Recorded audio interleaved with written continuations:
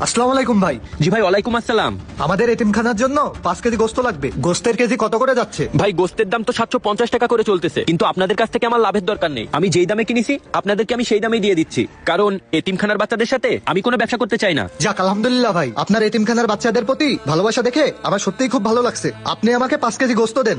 জি অবশ্যই ভাই, আমি আপনাদের ভালো দেখেই গোস্ত দিচ্ছি। এতিমখানার বাচ্চারা হচ্ছে কোরআনের পাখি, তাদের জন্য যদি ভালোবাসা না থাকে তাহলে কাদের জন্য থাকবে? আল্লাহর জন্যই আমি তাদেরকে ভালোবাসি ভাই। দাঁড়ান, ভালো গোস্ত দেখে আপনাকে এখনই দিচ্ছি। আচ্ছা ভাই, ঠিক আছে।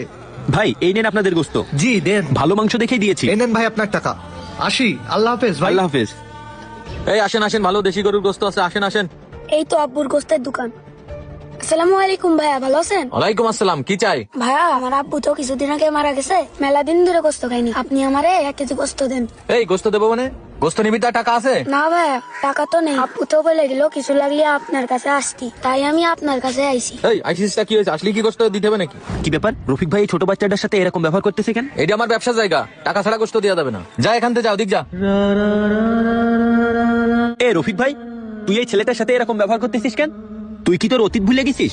এই অতীত মানে কিসের অতীত? কি করছিস তুই? এই বাজারে তুই একদিন কাজ খুঁজতে আইছিলি, তখন তোরে কে কাজ দিছিল একটু মনে করে দেখ।